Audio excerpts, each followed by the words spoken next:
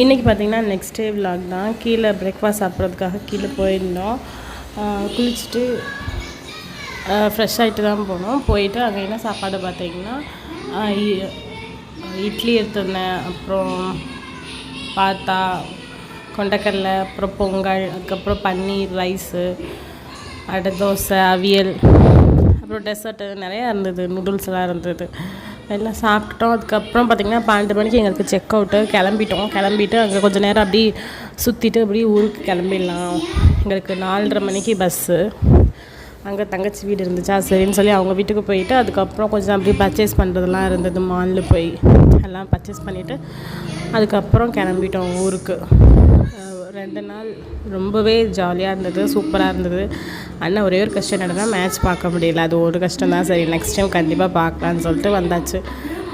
இந்த வீடியோ பிடிச்சிருந்தா லைக் பண்ணுங்கள், சப்ஸ்கிரைப் பண்ணுங்கள். கண்டிப்பாக இன்னொரு வீடியோவில் பார்க்குறேன். பாய்.